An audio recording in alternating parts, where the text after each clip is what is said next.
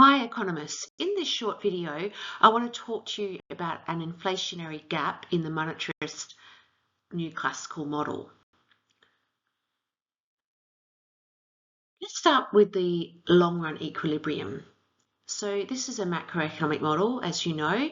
The long run equilibrium, the economy is at the natural rate of unemployment and production is independent of price level.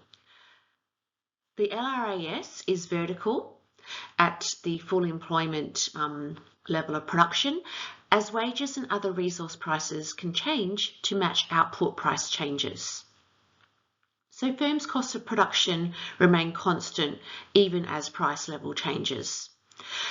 In analysing the new classical model of the macroeconomy, you might apply the IB concepts of scarcity, efficiency, and interdependence. Briefly, I want to explain the short-run equilibrium position of the economy when it is in an inflationary gap. An inflationary gap is a situation where real GDP is greater than potential GDP and unemployment is lower than the natural rate of unemployment. It arises when the aggregate demand curve intersects with the SRAS curve, as you can see here, at a higher level of real GDP than potential. So here you've got your short-run equilibrium compared to your potential GDP. In an inflationary gap, aggregate demand, which we know is the quantity of real GDP that the four components want to buy at PLE equilibrium, the four components being consumers, investors, investment, government spending and net exports. This is greater at PLE than the economy's potential level of output. There is too much demand in the economy. In the monetarist new classical model, it is believed that an inflationary gap is a short-run phenomenon that cannot persist in the long run. In the long run, these gaps simply disappear. The economy has a built-in tendency towards the full employment equilibrium.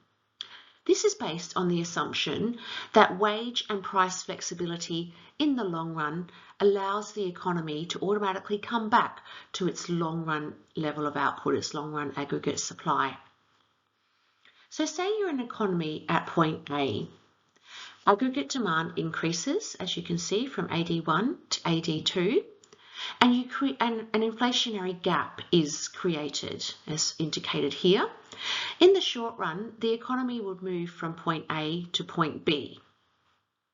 Real GDP increases to Y inflation, where there's an inflationary gap, and price level increases from PL1 to PL2.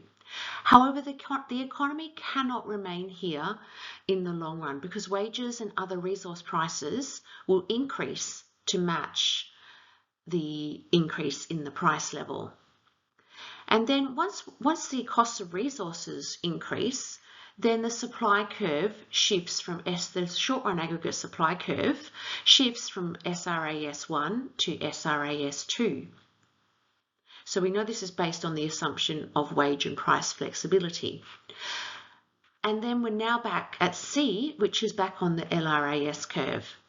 So the inflationary gap is eliminated in the long run, and the only change in this economy is that the prices increased now to PL3. So we started at PL1, PL2, and we end up at PL3 once the inflationary gap is remedied.